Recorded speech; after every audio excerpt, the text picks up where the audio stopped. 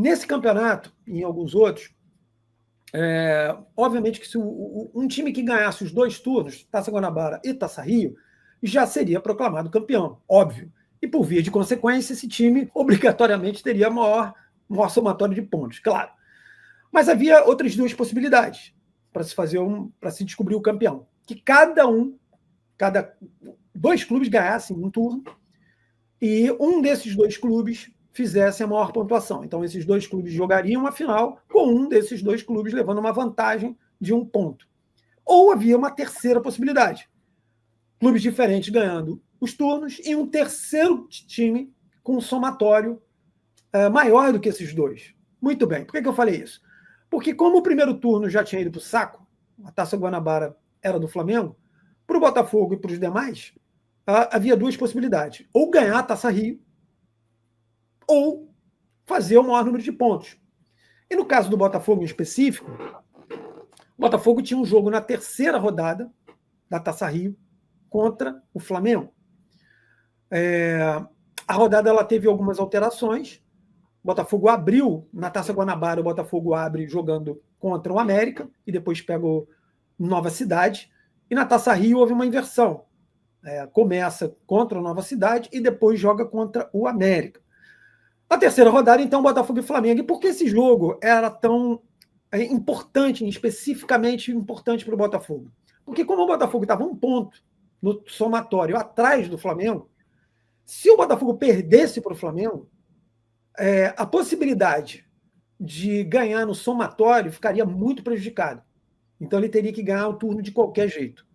O Flamengo estava tranquilão, tinha ganho a Taça Guanabara, estava com uma pontuação, né, tinha 1 ponto a mais na pontuação, então até um empate para o Flamengo não era ruim. Mas para o Botafogo, a vitória seria fundamental, a derrota seria muito, muito ruim. Bom, o time do Botafogo teve 2 retornos importantes para esse jogo. Primeiro retorno, no gol. O Ricardo Cruz, nosso goleiro, tinha sofrido uma fratura no nariz. E voltou de uma forma meio meteórica. Inclusive, ele era dúvida para esse jogo. Esse detalhe é importante. Segura aí, tá? Fraturinha no nariz, o cara, pá, né? Aquela napa prejudicada e tal. E o segundo retorno foi o Josimar. O Josimar tinha levado uma pregada no último jogo contra o Bangu, na Taça Guanabara, e estava retornando nesse jogo. Josimar, lembra? Copa de 86, 2 golaços, aquela coisa toda. Então, Josimar era um lateral de peso e estava retornando nesse jogo. Então, o Botafogo tinha esses 2 reforços. Muito bem. Vai para cima. E é importante que esse jogo em específico vão surgir 2 personagens para a história do Botafogo. Nesse jogo. 2 personagens. Segura. Bom, o Espinosa aqui surpreendeu o Flamengo, montou um time para cima, pressionando, queria ganhar, e foi assim que começa o jogo, o Botafogo em cima do Flamengo, pressionando. O Botafogo bem, tempo chuvoso, campo pesado, Botafogo em cima, mas aos 18 minutos, o Luizinho, nosso Luizinho guerreiro no meio campo ali, marcando em cima o Zico, joga um braço para lá, um braço para cá, o Bregalda, Pedro Carlos Bregalda, inclusive irmão de uma colega minha de cursinho, a irmã do Pedro Carlos era professora de português, queridíssima, Terezinha. Bregalda marca falta, uma falta na intermediária, meia distância, quase meia longa distância, do lado esquerdo, e aí o Zico pega para bater. Cara, o Zico é o seguinte, a gente brinca muito aqui, inclusive, mas o Zico era um cara total diferenciado, e bola parada era um negócio complicado. Mas a especialidade do Zico, curta e média, curta distância. Aquela distância estava considerável, meio esquerda, longe, um pouco longe. O Zico pegou para bater. Minha impressão, não sei, na resenha a gente vai conversar sobre isso, que o Ricardo Cruz não imaginou que ele fosse bater direto.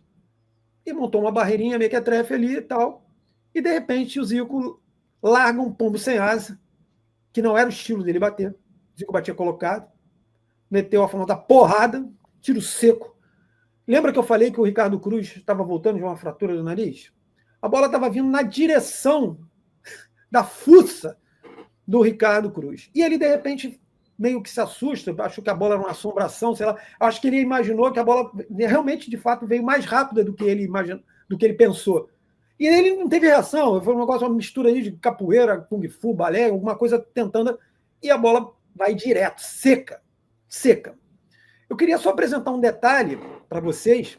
O Ricardo Cruz, ele tinha o hábito, honestamente eu não fui me certificar se ele manteve esse hábito, de pendurar uma toalha branca na rede.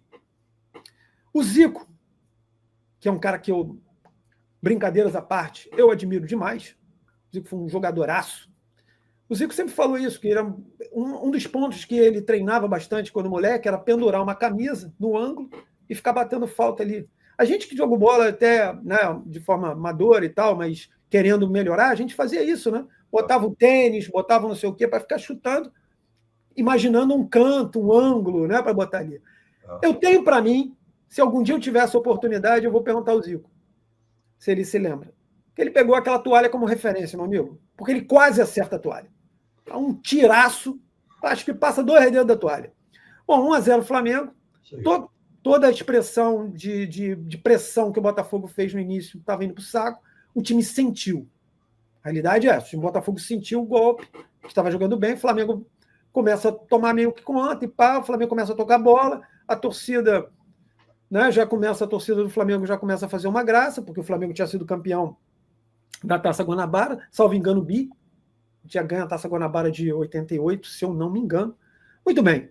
E o Botafogo sentiu. Começa a chover, o campo fica pesado. Mas aí aos 37 minutos, o Maurício, nosso Maurício, 89, pega uma bola na ponta direita, vê o Carlos Alberto Santos, toca no meio e já parte. Cara, o Carlos Alberto mete um passe fatiado em diagonal, lindo, uma atacada de bilhar, cara. No meio dos zagueiros. O Maurição vai lá, domina e mete a raquete, rasteira, rasante, 1-1. Puta, golaço. Agora o bicho pegou. O jogo mudou de novo.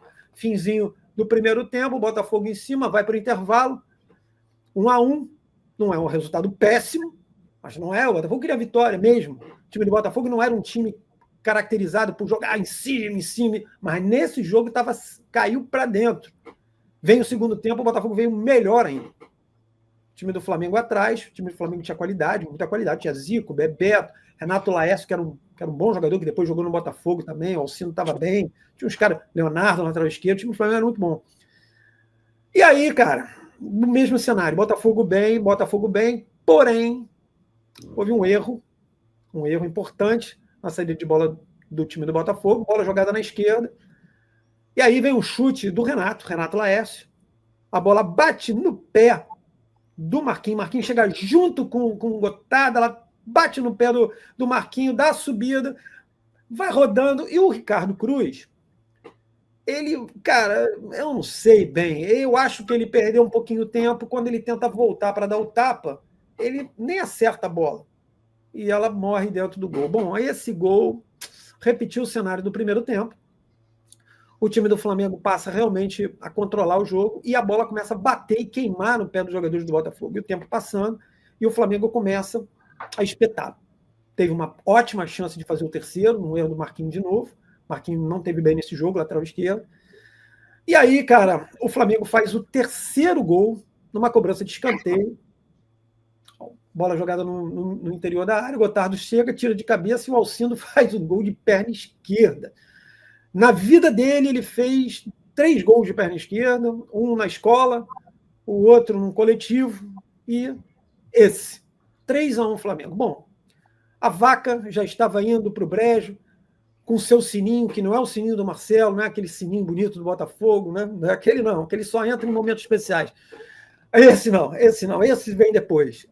Cara, 3-1, com esse resultado o Flamengo estava quebrando a invencibilidade do Botafogo, o Botafogo estava invicto no campeonato. O Flamengo estava abrindo 3 pontos de diferença em relação ao Botafogo, ou seja, a coisa estava ficando muito esquisita. E aí entra o primeiro personagem desse jogo, Vitor. O Vitor era um volante formado em Miguel Pereira e veio para o juvenil do Flamengo. Curioso, hein? Curioso. Alvinegro de criança, inclusive tem uma matéria no Jornal dos Esportes que ele fala isso depois, que ele vem de Miguel Pereira para o Botafogo, ele está treinando no juvenil do Botafogo, quando vem um parente e o leva para o Flamengo. Muito bem. Júnior, o Vitor faz uma ótima passagem no Flamengo e tal, e o Vitor estava no banco, ele era uma espécie de coringa. E o Espinosa resolve dar gás e fala, cara, vou tirar o Josimar, que tá vindo de lesão. Lembra que eu falei que ele tinha tomado uma pregada contra o Bangu? Tava voltando nesse jogo, campo pesado, bota o Vitor de lateral e vira meu garoto. Vai embora. É contigo. O Vitor não jogou de lateral, jogou de ala. E aí, meu amigo, acabei de falar, entrou esse personagem. Vai surgir o segundo personagem da história do Botafogo. Jogo 3-1, time do Botafogo. E aí uma reposição de bola do Ricardo Cruz. Ricardo dá o que ele quebra, né? Daquela famosa porrada para frente. A bola quica, passa pelo Rogério, zagueiro do Flamengo, que não alcança a bola, e a bola vai tranquila para o Marcelo, zagueiro do Flamengo. Marcelo Gonçalves. Gonçalves. Tá? Meti um Marcelo para a galera, falando que é Marcelo? Marcelo Gonçalves. O Gonçalves estava iniciando no Flamengo, estava muito bem, inclusive estava jogando muito bem esse jogo. A bola vem, Marcelo não, é o Marcelo Gonçalves. O Gonçalves vira para o goleiro do Flamengo, só que ele não olha a saída do Zé Carlos e toca por cobertura. Naquela época, o goleiro podia pegar recuo com os pés, né, do defensor. E na hora que o Gonçalves toca por cobertura, o Zé Carlos tinha saído. Ou seja, deu uma cavada maravilhosa e a bola foi quicando lindamente. E o Mazolinha, que tinha entrado um pouco antes, o Mazolinha vai correndo para querer, vai que ela bate na trave, né? E o Mazolinha teve só o trabalho de buscar a bola lá dentro, botar a criança debaixo do braço, sair comemorando e avisando para a galera, vai que dá, agora dá. O curioso, gente, é que nesse exato momento o Flamengo ia fazer uma substituição. Ia entrar o Marquinhos no lugar de quem? Do Zico. Só que naquela época não tinha essa, o cara já tinha assinado a súmula. Saiu o gol do Flamengo, o Zico, inclusive, dá uma declaração depois que ele não queria sair mais, só que já era, meu amigo. Já era, deu ruim. O Zico sai, entra o Marquinhos do Botafogo. Uau, vai para cima. Foram 10 minutos de sufoco. E vai para lá e tira daqui, bola na cá, bola. Por quê? Lembrando, a derrota praticamente ia deixar o Botafogo fora da Taça Rio. Porque a distância ia aumentar bastante, aquela somatória ia ficar complicado. Aí, aos 43 minutos, pressão do Botafogo, exato, eu vou chegar nela. Botafogo pressionando, a bola cai no pé do Alcindo desesperado tenta se livrar para lançar o Bebeto, erra o passe e ela cai. Faz o movimento, Marcelo. Aí, não, isso. Deixa ela aqui. Isso, ela caiu, aqui, isso, matando na barriga. Marcelo mata na barriga. O Mauro Galvão mata no peito. Estou matando no peito. Você está achando que a barriga está aqui? Não.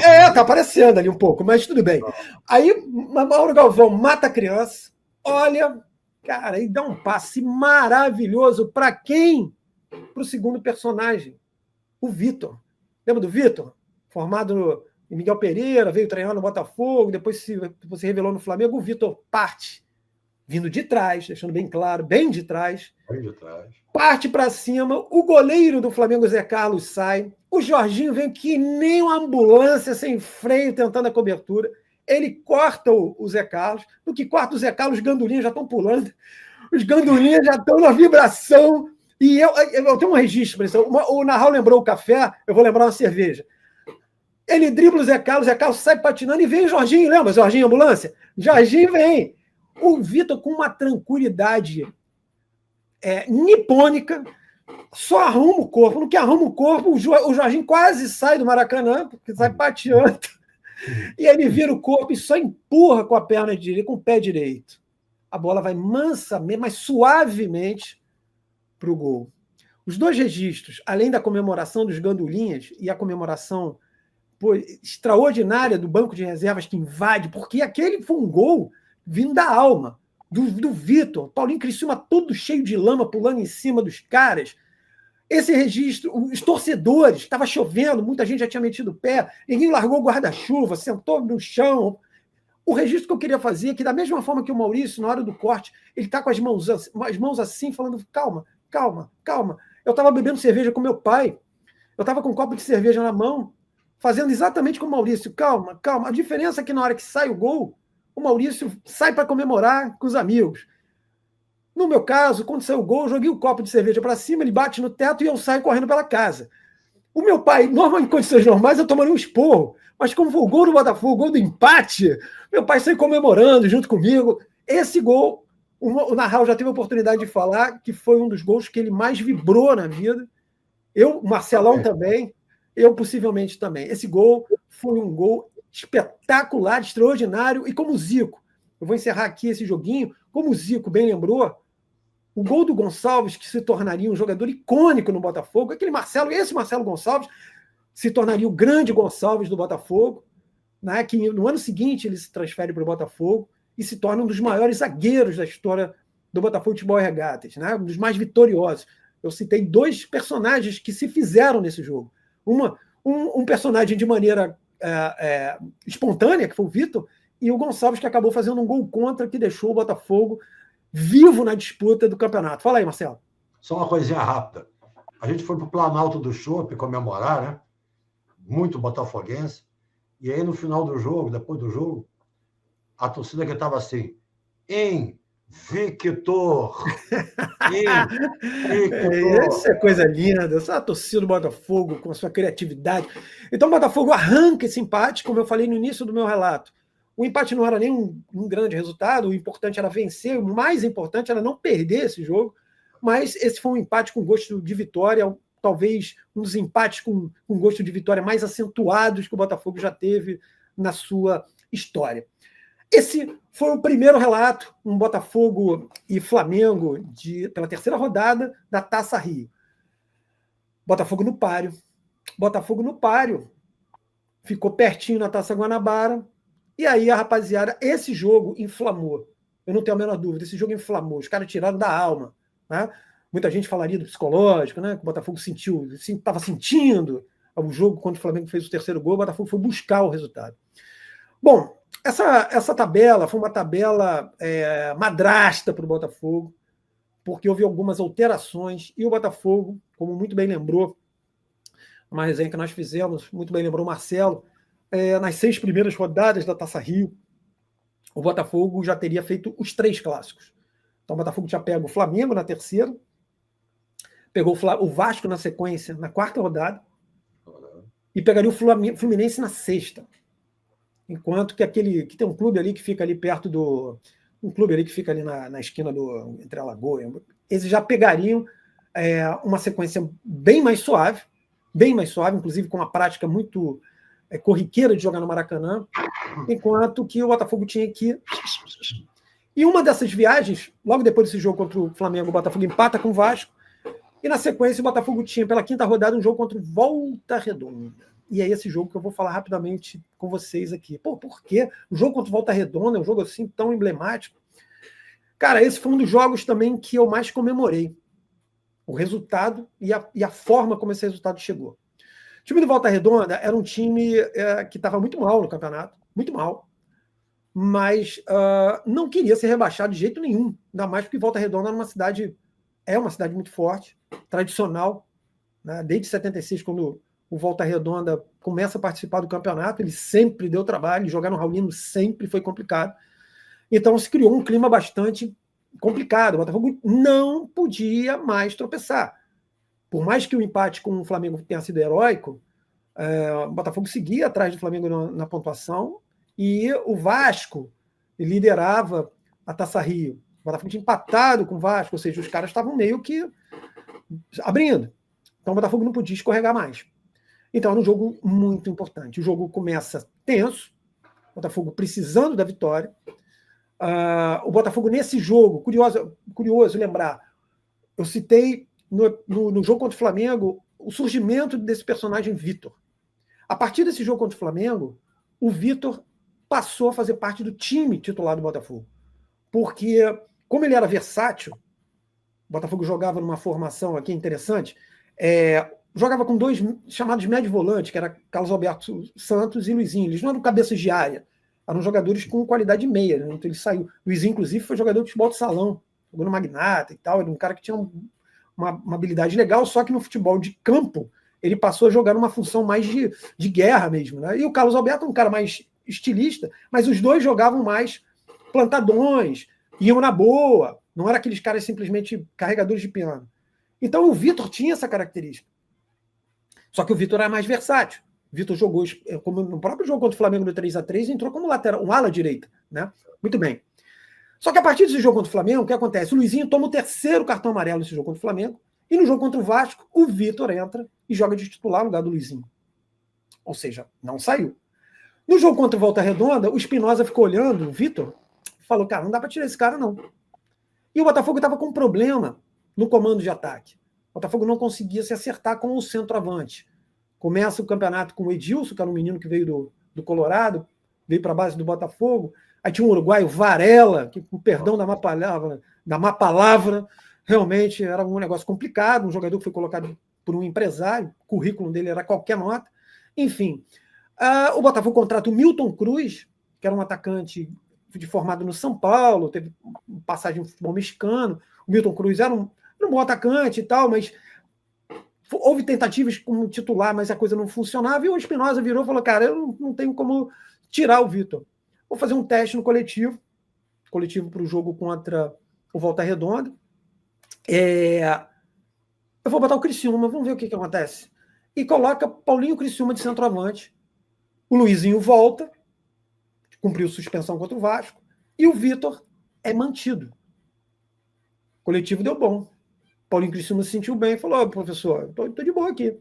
E aí, a partir daí, o Espinosa entendeu que poderia utilizar o Paulinho Criciúma como centroavante, falso 9.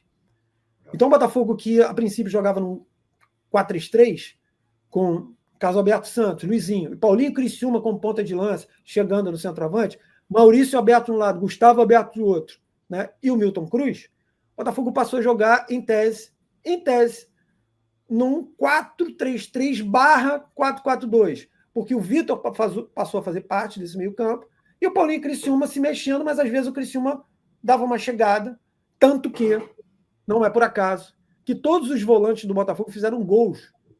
Eu disse plural, tá? Gols nesse campeonato. Carlos Alberto Santos, Luizinho e o Vitor.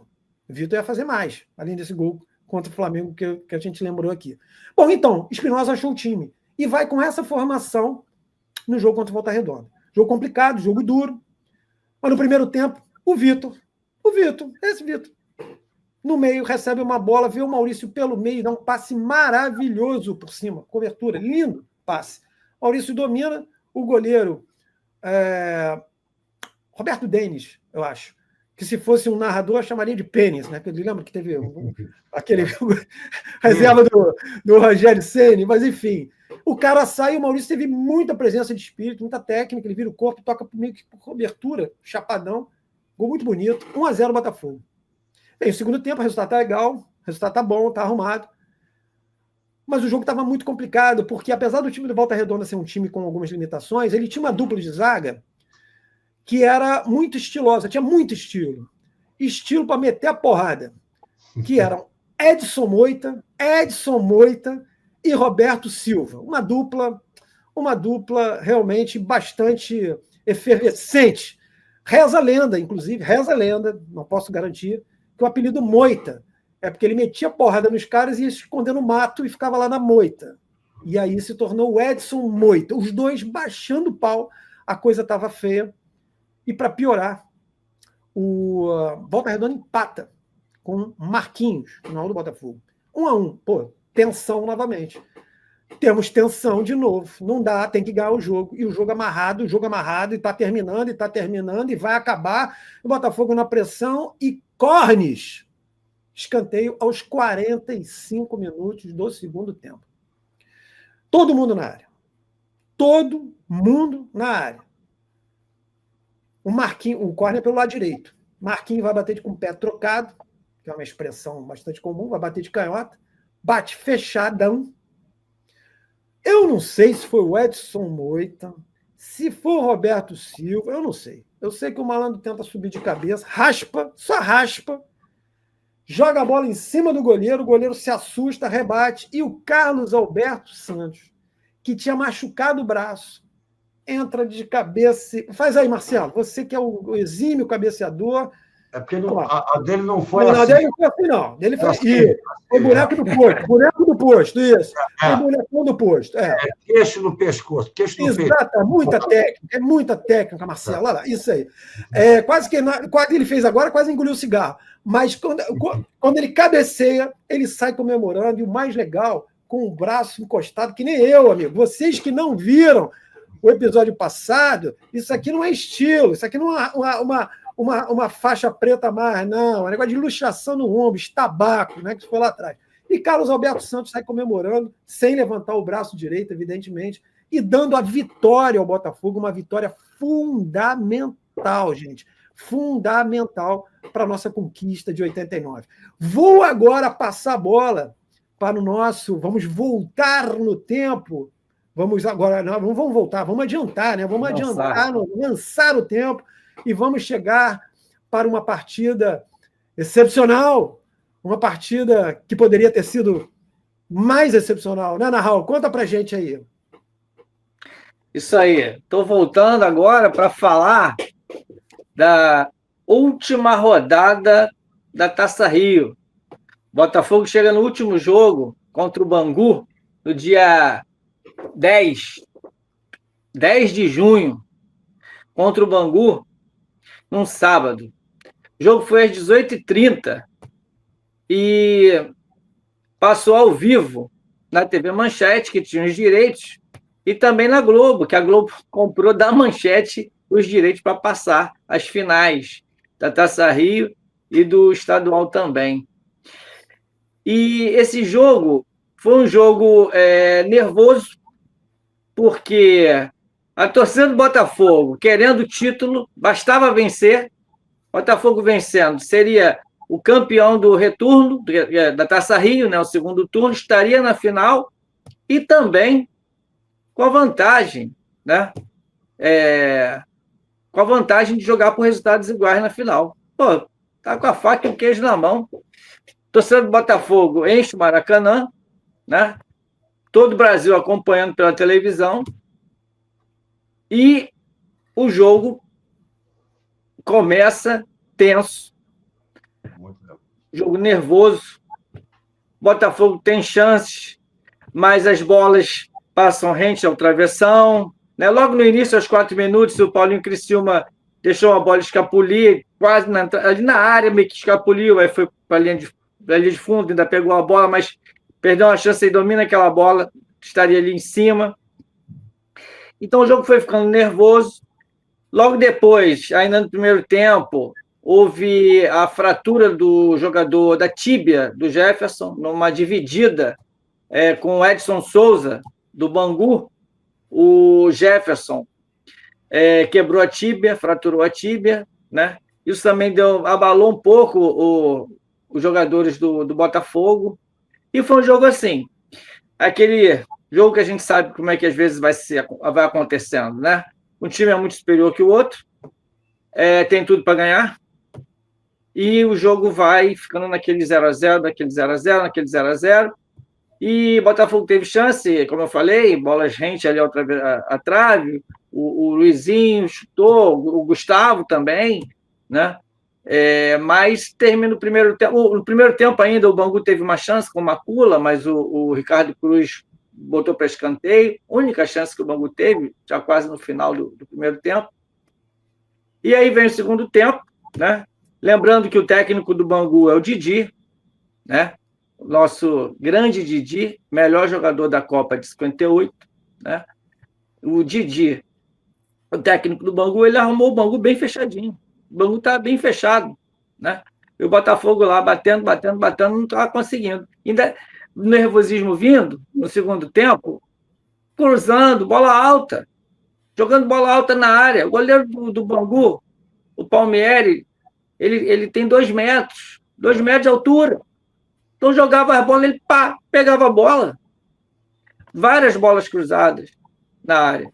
Então, assim, o jogo foi ficando nervoso, o Botafogo teve chance novamente, 2 chutes perigosos com o Gustavo e com o Luizinho também, de novo, né, como assim no primeiro tempo. Mas, assim, o Bangu teve chance também, porque o Botafogo ficou todo indo para o ataque, né? Então, o Bangu teve chance. Teve uma bola que o jogador Júnior, ele entrou e acho que chutou para fora, se eu não me engano, mas o mais perigoso foi o Xande. O Xande entrou livre, é porque ele não teve malícia ali e perdeu um gol feito, sozinho, né? O time todo lá na frente. E ainda teve mais um chute também do jogador do Bangu, acho que o Zé Ricardo chutou e o Ricardo Cruz defendeu. Então, assim, estava ficando tenso. A gente foi em busca da vitória, do título, estava aquele empate e quase que dá mole e perde, né? Porque estava em toda a frente feito doido e deixando ali a defesa aberta. Então, foi esse jogo tenso, foi esse 0-0.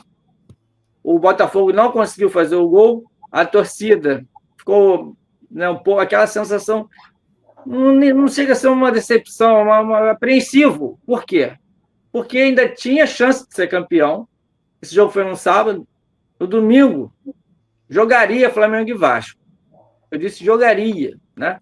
Porque começou a chover no sábado à noite, no Rio, domingo, a madrugada toda, domingo, e Maracanã ficou alagado, não tinha como entrar, como ir para o vestiário, ficou tudo alagado. E aí, às 14h30, os dirigentes Vasco e Flamengo decidiram adiar para segunda-feira o jogo Flamengo e Vasco. Qual a importância desse jogo? Né? Qual a importância? Se o Vasco vence, o Botafogo ganha a Taça Rio, está na final, e ainda tem vantagem de 2 resultados iguais. Se dá empate, o Botafogo vence a Taça Rio, né? E os dois entram, tanto Flamengo e Botafogo, sem questão de vantagem. E se o Flamengo vence, aí teríamos um jogo extra na quarta-feira. Não, seria na quinta. Como o jogo foi segunda, o jogo seria na quinta, o jogo extra. E se o Flamengo vencesse, ganharia direto, porque ele tinha ganho o primeiro turno, a Taça Guanabara. Mas se o Botafogo vencesse a Taça Rio, e aí o Flamengo jogaria com a vantagem de 2 resultados iguais, né? Lembrando que o 0-0 do Botafogo com o Bangu eliminou o Vasco, né? Eliminou o Vasco. O Vasco ainda estava brigando, mas o Botafogo teria que perder. O Botafogo não perdeu, então o Vasco foi eliminado do tricampeonato, né? Da disputa do tricampeonato. Então, o que acontece? Teve o jogo na segunda à noite, passou ao vivo, mais uma vez, TV Globo, TV Manchete, eles passaram ao vivo, e a torcida do Botafogo acompanhando, torcendo, né? No Maracanã tinha os torcedores do Botafogo, com a camisa do Botafogo, né? E o jogo foi um jogo que, basicamente, no segundo tempo teve mais movimentação, né? O Flamengo o Flamengo tinha mais time que o Vasco, sim, né? Mas o Vasco faz 1-0. Gol de pênalti. O pênalti foi aos 23 minutos. O Roberto Dinamite cobrou 1-0. Pô, tá tudo maravilhoso. Vasco 1-0, o Botafogo é campeão, ainda tá com a vantagem de jogar por 2 resultados iguais. Eis que, aos 38, uma jogada na área do Vasco, né? O zagueiro lá, o Paulo Roberto, o lateral Paulo Roberto, que logo depois o Botafogo também contratou. Paulo Roberto, né? O lateral do cruzamento certo. O Paulo Roberto, ele se atrapalhou com a bola, que a bola sobrou para o Bebeto. E o Bebeto fez o gol. 1-1. O jogador do Flamengo pega a bola, vamos lá, não sei o quê, porque esse Flamengo faz o segundo gol, né? Ele ia disputar o jogo extra com o Botafogo. Só que não deu nem tempo. Porque, dada a saída, a bola vai parar nos pés do Paulo Roberto, o lateral que acabaram de falhar, e ele vai levando a bola,